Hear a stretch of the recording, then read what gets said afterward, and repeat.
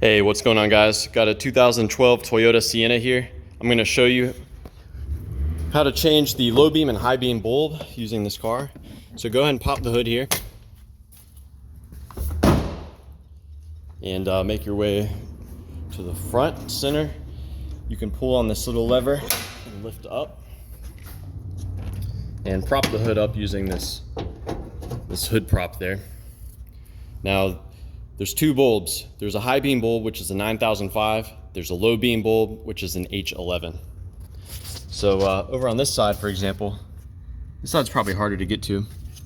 This is gonna be your high beam bulb. So to get to it, you push down on that tab while you pull down. And once the pigtail is free, you're gonna wanna look inside of it for any corrosion.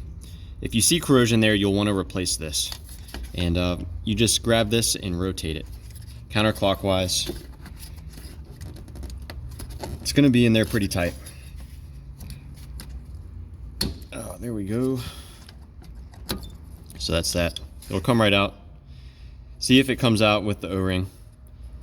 You want it to. If the O-ring is stuck in there, it'll make it harder to install the new bulb. So yeah, that's the high beam. That's gonna be your 9005. The low beam is gonna be pretty much the same story. You just push on the little tab, and then you push down like so. And with that out, you go ahead and pop that out like so. So, same deal. Click it back in. And as a bonus, if you want to change the turn signal bulb, that is right in here. You can actually, you don't have to disconnect that. You can just rotate the whole thing, and it comes right out.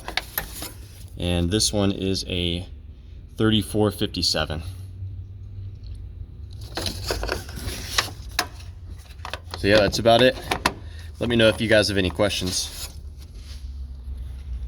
On the other side, I'll just show you real quick. This one's much easier to get to, much easier to see. High beam, low beam, turn signal bulb / parking light bulb.